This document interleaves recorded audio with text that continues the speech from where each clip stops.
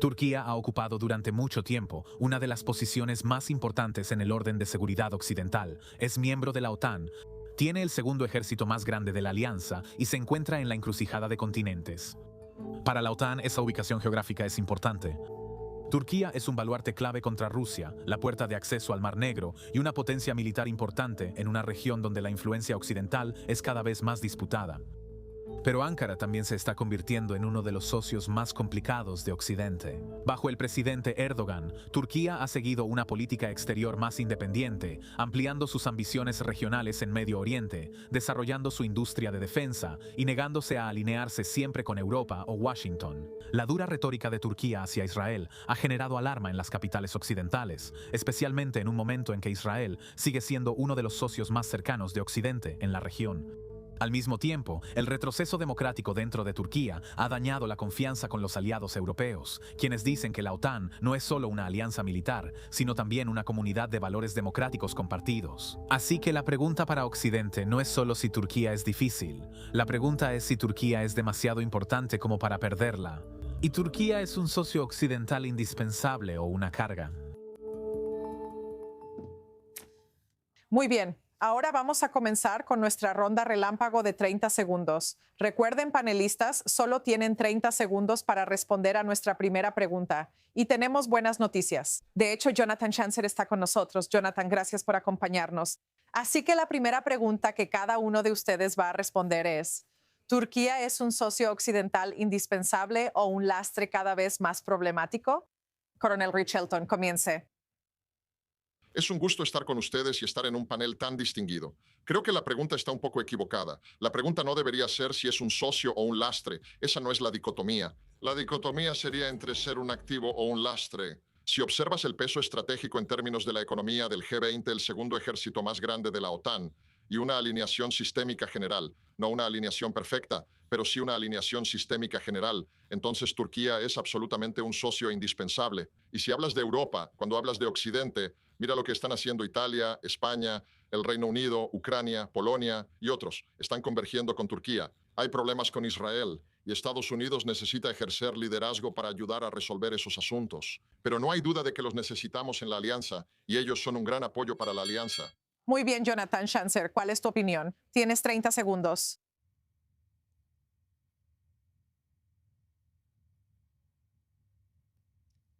Jonathan, no te escuchamos. Ahora sí. Son un completo lastre. Son un completo lastre, desde apoyar al Estado Islámico hasta apoyar a Hamas, lavar dinero para la República Islámica de Irán y traficar combatientes hacia el Estado Islámico.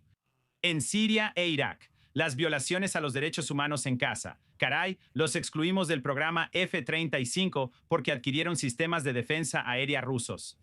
Esto es como el zorro en el gallinero. Es un desastre mantener a un país así en la OTAN. Muy bien. Por último, pero no menos importante, doctora Kai Eitan Cohen Janeiro Chak, ¿cuál es su opinión? Tiene 30 segundos. Bueno, dadas las dificultades que están surgiendo de Rusia, creo que la alianza de la OTAN no tiene otra opción más que seguir respaldando la permanencia de Turquía. Y estoy de acuerdo con ambos investigadores respecto a la naturaleza problemática de esta asociación, pero la Realpolitik no le da margen de maniobra a la OTAN respecto a Turquía. Muy bien. Ahora vamos a tener tiempo para ampliar nuestras respuestas aquí. A cada uno de nuestros panelistas pueden hablar por más tiempo, pero asegúrense de darles tiempo también a sus compañeros panelistas. Así que me gustaría pasar a la siguiente pregunta, que es si Occidente en su conjunto tiene otras alternativas o si no le queda más remedio que contar con Turquía. Cuando se trata de temas como el suministro de armas, por ejemplo, o simplemente la gran cantidad de personal que Ankara aporta a la OTAN con un ejército tan grande. Rich? Sí, bueno, creo que es casi una pregunta que se responde sola. Solo hay que ver las tendencias en la industria de defensa. Por supuesto, Estados Unidos e Israel, aliados fuertes, ambos tienen capacidades tecnológicas de defensa muy avanzadas. Turquía se ha unido a esa liga, francamente, en los últimos 10 a 15 años. Ahora hay algunos problemas sobre a dónde venden y son necesarios mecanismos de consulta para asegurarnos de que todos estamos del mismo lado. Libia es un ejemplo interesante, donde finalmente la intervención turca en 2020 evitó la caída de Trípoli y en realidad apoyó las negociaciones respaldadas por la ONU Estamos trabajando juntos, AFRICOM por parte de Estados Unidos y los turcos, ambos para lograr la unificación en Libia. Ese es solo un ejemplo ahí. Entonces, creo que el peso absoluto, no solo en términos de personal y geografía, sino también en tecnología de defensa, significa que Turquía es un amigo muy formidable, aunque difícil o, Dios no lo quiera, algo que no quieres tener en contra. Y bueno, tomo en serio el punto de Jonathan, y Jonathan y yo hemos hablado de esto antes. Hay problemas reales, pero tenemos un dicho en el ejército. Es mejor tener a un amigo difícil dentro de la tienda, digamos, orinando hacia afuera, que fuera de la tienda, orinando hacia adentro. Así que prefiero mucho más tener el reto de manejar a un aliado poderoso pero difícil que tratar de causar problemas en otro país, como algunos que ridículamente han pedido que Turquía sea el próximo Irán. Turquía no es el próximo Irán y ciertamente no necesitamos eso. Jonathan, ¿cuál es tu respuesta a eso? Veo que asientes con la cabeza. No otro más. Creo que solo estoy sonriendo. Mira, el problema con Turquía es múltiple, pero tomemos como ejemplo que tienen un gran ejército. ¿Cómo han desplegado ese ejército? Lo que realmente vemos que hacen es atacar a nuestros aliados kurdos en lugares como Siria e Irak. De hecho, han tomado el control del gobierno de Siria, y este es, por supuesto, un gobierno de Al-Qaeda que es muy difícil de predecir y mucho menos de controlar. Cuando ves simplemente el tamaño de este ejército, del que todos hablan como un activo, yo aún no he visto a este ejército en acción. Todavía no entiendo cuáles son sus capacidades aparte de en el entrenamiento. Ahora, en cuanto a las armas que los turcos están produciendo en este momento, tengo que decirte, cuando ves a los aliados que tienen los turcos ahora mismo, con Hamas, con Hezbollah, con Al-Qaeda, la Hermandad Musulmana, ISIS, incluso parte del trabajo que han estado haciendo con Irán. Quiero ver a un gobierno como este adquiriendo este tipo de armas y manteniendo el tipo de relaciones que tienen con todo tipo de actores malignos. Esto parece un desastre que estamos facilitando. Y esa es mi preocupación en este momento al seguir permitiendo que permanezcan envenenando nuestra alianza. Esto parece una aprobación tácita de una larga lista de malos comportamientos. Doctora Yenarochuk, ¿cuál es su respuesta a la idea de que es mejor tener a Turquía como amiga, aunque sea una amiga difícil, que no tenerla como amiga en absoluto? Bueno, antes que nada me gustaría subrayar el hecho de que no existe ningún mecanismo en la OTAN para expulsar a los miembros. Bien, entonces, antes que nada, sí, ahora estamos hablando de si Turquía es un aliado confiable o no es un aliado confiable. Y estoy de acuerdo con Jonathan, por ejemplo, respecto a la posición de Turquía en Siria y su relación cercana con Hamas. Pero también debemos hablar de los hechos concretos. Dado que no existe tal mecanismo en la OTAN, lamentablemente solo estamos especulando y hasta que, ya sabes, llegue el día en que la Unión Europea no actúe y tengan que formar su propio ejército. Hasta ese día no creo que realmente podamos hablar de una alternativa a la OTAN. Hoy en día, este enorme ejército del que hablas está muy ocupado disuadiendo a Grecia. Grecia es considerada como un socio, como un aliado de Turquía en la OTAN, pero cuando vemos la política turca, el mismo ejército está realizando ejercicios militares. Los últimos ejercicios militares CFS 2026 fueron un mensaje muy claro contra Grecia. De nuevo, cuando vemos el Parlamento turco, en los próximos días hablarán sobre un nuevo proyecto de ley relacionado con la delimitación marítima. Ya sabes, las fronteras con respecto a Grecia pueden tomar decisiones unilaterales contra sus aliados de la OTAN. Así que, para resumir, hasta que la Unión Europea defienda sus propias fronteras marítimas y forme una nueva alianza que excluya a Turquía, creo que todos vamos a especular. Y tampoco olvidemos la estrecha relación de camaradería entre Donald Trump y Recep Tayyip Erdogan. Su denominador común más importante es Siria. Por primera vez, gracias a Erdogan, vemos que Estados Unidos es capaz de penetrar en Siria por primera vez. Así que hay muchos componentes importantes aquí. Muy bien, quiero, ya sabes, darle la palabra a Shens. O más específicamente, preguntar si crees que Ankara está tratando de reemplazar, podrías decir, las influencias occidentales tradicionales en partes de Medio Oriente, o simplemente está llenando un vacío que han dejado otros. Y si está usando su membresía en la OTAN en última instancia como palanca para seguir una política exterior más independiente.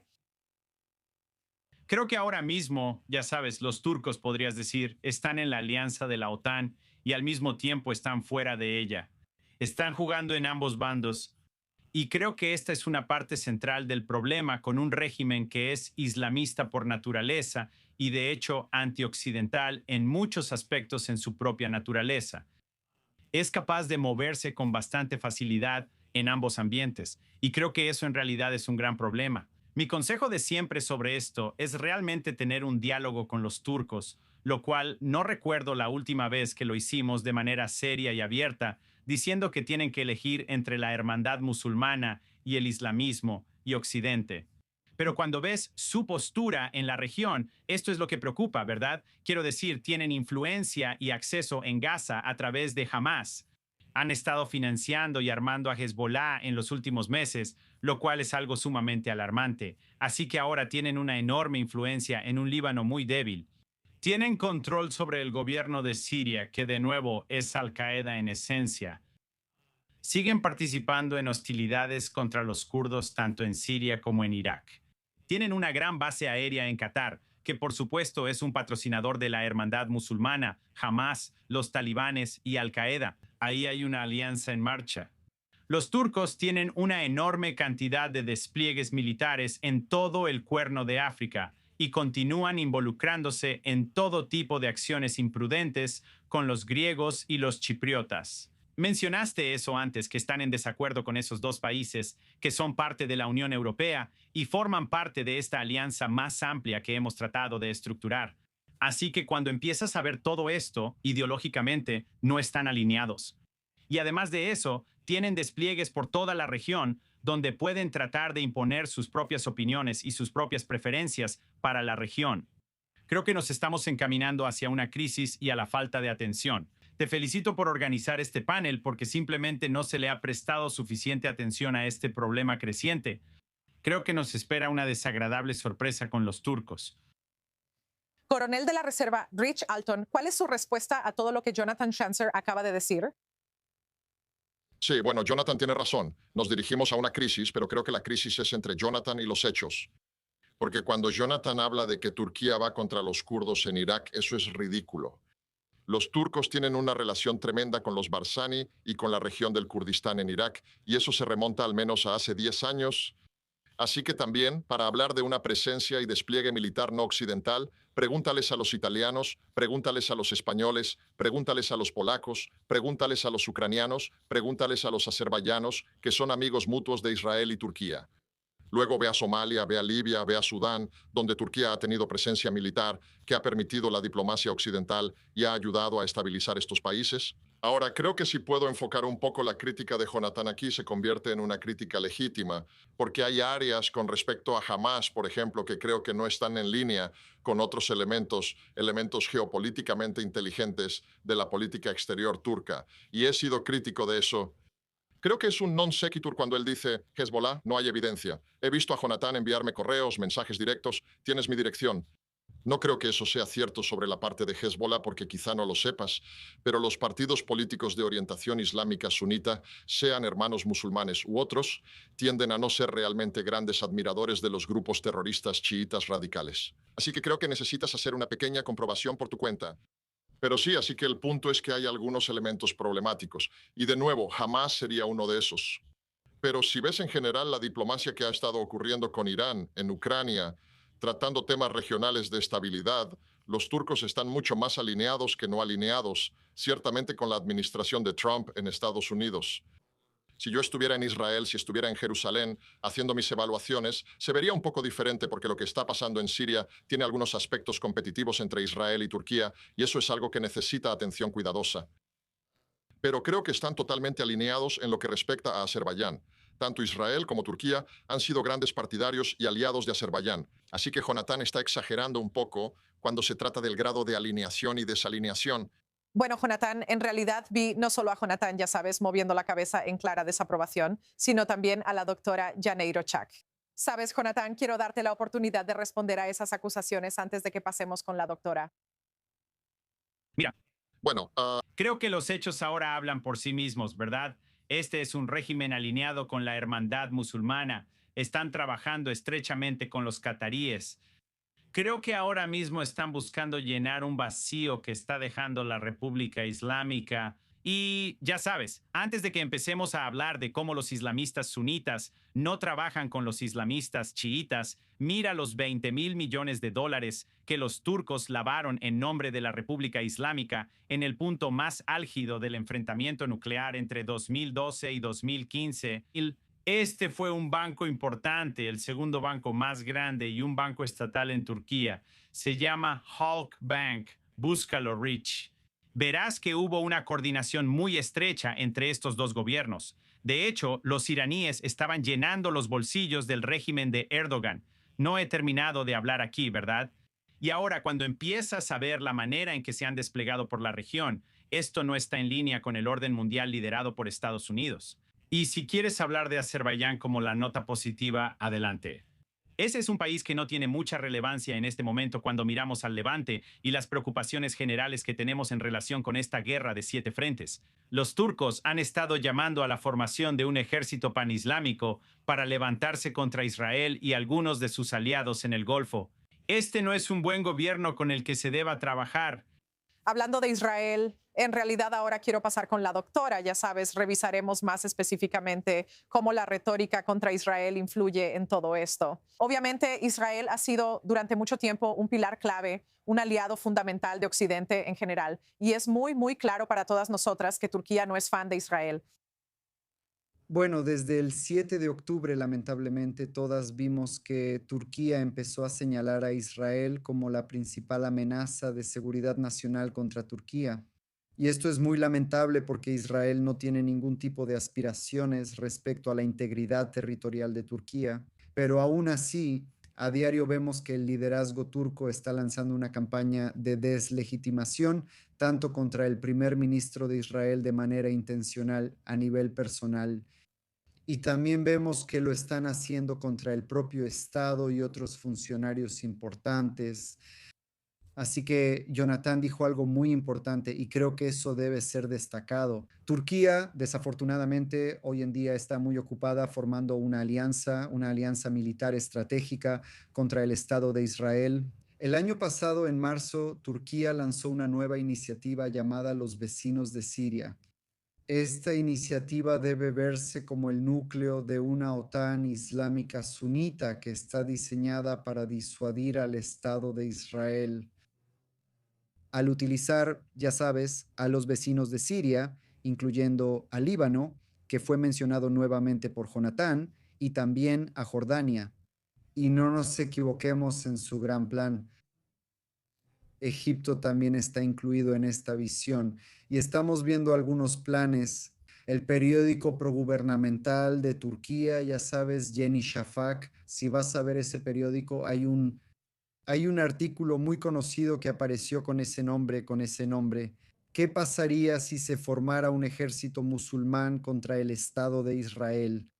Por favor, búscalo en Google. Y desafortunadamente, después del 7 de octubre, nosotros en Israel tomamos las amenazas de otros países de manera muy seria. Quiero decir, este es uno de los efectos secundarios más importantes del 7 de octubre. Rich, OTAN Islámica Sunita, ¿qué opinas de eso? bueno, mira, pasé 4 años en Israel, incluyendo algunos programas bastante sensibles para proteger la seguridad israelí a nivel regional y los intereses estadounidenses en la región. Me tomo muy en serio la estabilidad de la región. Y Estados Unidos, por supuesto, es una prioridad bipartidista asegurar la seguridad de Israel, pero también es un interés bipartidista tener un sistema de alianzas estable que funcione en toda la región. Y eso significa Turquía, significa el Golfo, significa Israel, y no es del interés de nadie que hayamos llegado a este punto. Pero tengo que señalar que hubo un periodo después del 7 de octubre que fue un poco diferente. Fue demasiado corto. Pero hubo un periodo en el que el tono de Turquía era diferente respecto a esto. Los turcos tienen una sensibilidad particular sobre Gaza y la percepción del sufrimiento de los civiles en Gaza.